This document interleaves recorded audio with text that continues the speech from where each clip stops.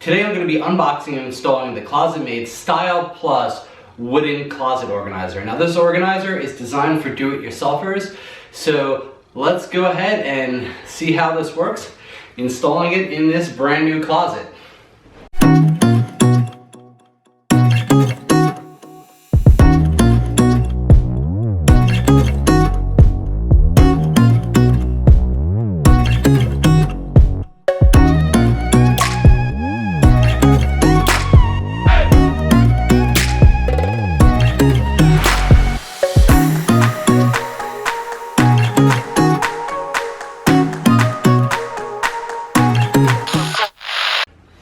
So ClosetMaid makes a bunch of these do-it-yourself home closet organizers, and to be completely frank, it is completely confusing on their website as to what the differences between these are.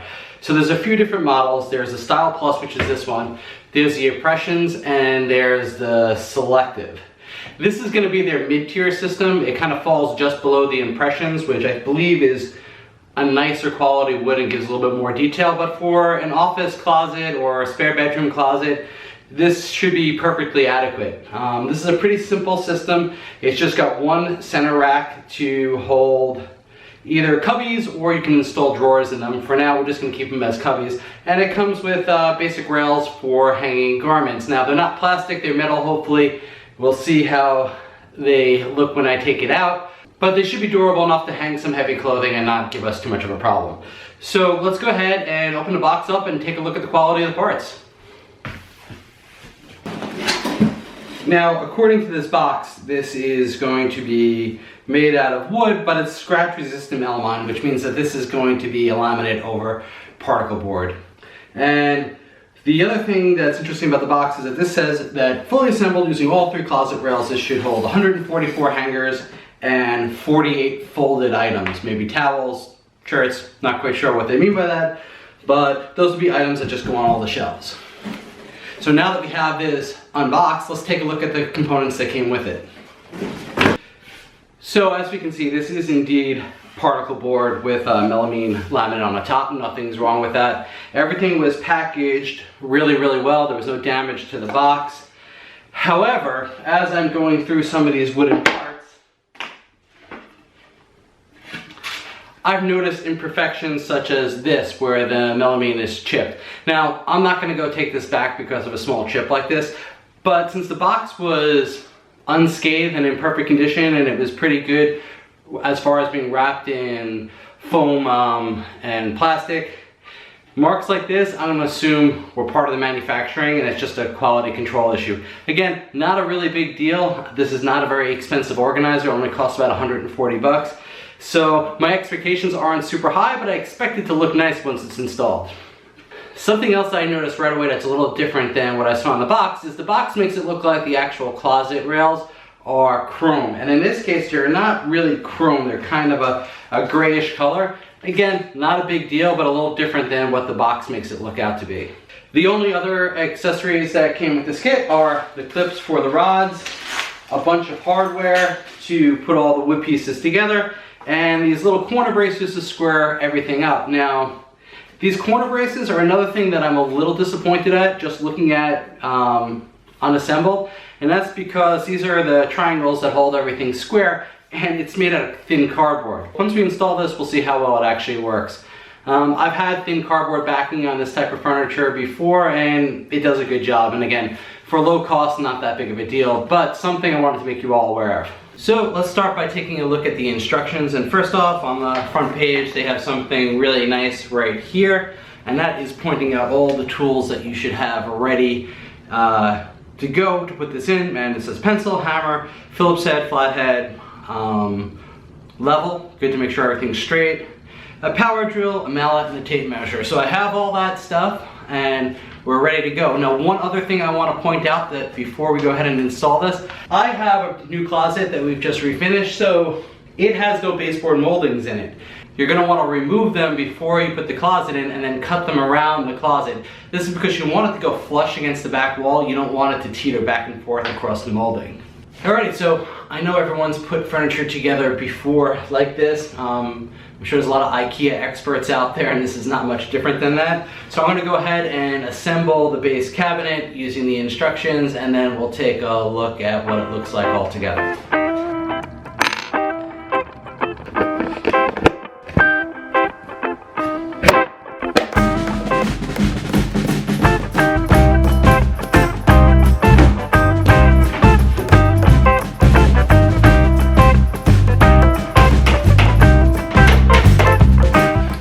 Take a quick little break from assembling this to point out a nice feature that this comes with, and it's these little plastic levelers. And the way this works is that this metal piece gets knocked in over here. This little screw with the plastic foot on it screws right in. Now these can be adjusted to level out the closet so that it doesn't push off the wall or rock uneven on the floor. Now our floors are brand new, so they should be pretty level, but even new floors aren't always perfect, so it's nice to have these little levelers to help us get everything straight and square.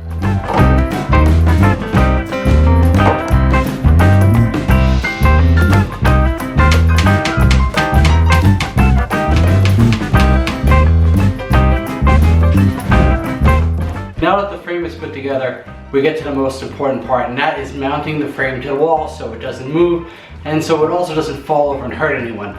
And the way this particular kit mounts to the wall is using these little plastic brackets here. And they're pretty easy to mount. You start by drilling pilot holes into the wall. Now if the part of the bracket that goes into the wall, which is this single hole piece, hits a stud, you can just put the screw directly into the stud. If it doesn't hit the stud, then you need to put a little wall anchor in first to do this. Both processes are pretty similar. You basically take the bracket, hold it up to the wall, mark it off with a pencil or a pen, and then you go ahead and drill your pilot holes, put in the anchor if you need it, and then just put the screws in. Once you've completed that, you just mark the other end of the anchor where this big hole is and drill a tiny pilot hole in there using about a 1/16 inch drill bit, and you put the small screws into that and you hold it to the wall. Now, I wish these brackets were metal, and we'll have to see how they do over time, but for plastic they seem pretty sturdy and we'll use them for the time being. But if you have a closet that's getting a lot of abuse, or maybe kids that might do some climbing, you might want to consider upgrading these to metal brackets. Now that everything is nice and level and it's secured nicely to the wall, let's go ahead and adjust the feet that came with the unit so that they're tight to the floor. This will protect it from any heavy items that might be pushing down on the wood that might cause it to break loose from the wall or cause any of the shelving to warp over time.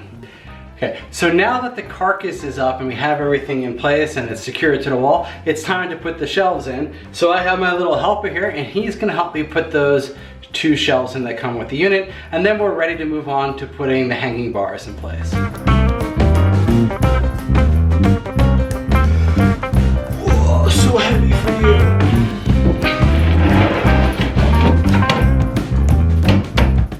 So we're up to the final step of putting this together, and that's to hang these crossbars for the hangers they use for the clothing. And it's pretty easy to find the top of them because this little bracket just lines up across the top edge of the cabinet. However, where you put it across here will control how far the clothes come in and out of the closet. Now, the directions say to put it about 1/8 of an inch off the edge. I wouldn't do this. I would double check your closet, because for my closet, it's not as deep as I guess a standard closet. So if I hung it here, all the hangers, when they have clothes on them, would be hitting the doors as they open and close. So I'm gonna measure the width of the closet and basically put this right down the center so that the clothes hang evenly on both sides.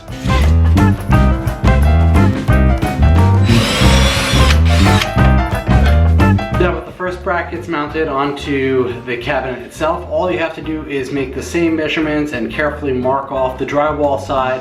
This time though, you're gonna have to use wall anchors to hold it in place, because I doubt you're gonna have a stud right in the right place. if you have really crummy drywall, you may want to put a wood brace across that you can mount to make this a little bit stronger. But in this case, I'm just going to go ahead and use the straight wall anchors.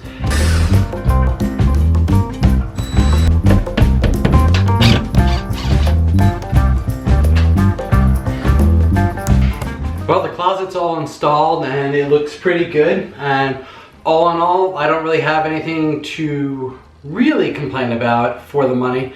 The directions were fairly simple. They were easy to follow if you read them, and it went in nice and secure. It doesn't rock, it's stable.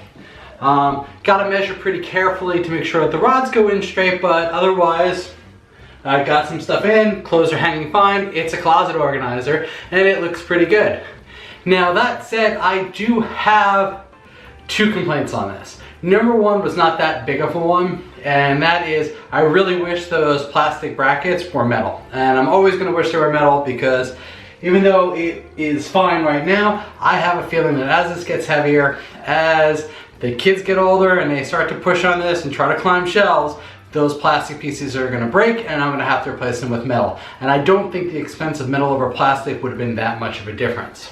Now, the thing that really did bother me was the fact that some of the panels, the lamination wasn't good or it was chipped off. Now, the box I bought was in good shape and everything was packed nicely. So unless I just got a bad unit, I'm going to expect that this is probably something that came this way from the factory and it was a quality control issue. Now, for 150 bucks, I would expect better lamination. I was able to just flip the shelves over and you can't notice it, but underneath some of these panels, there are chips in the laminate that are luckily not visible, so I'm not going to go ahead and return this or do anything else with it. It's fine. So this closet is ready to be populated with jackets and coats and other things on the shelves.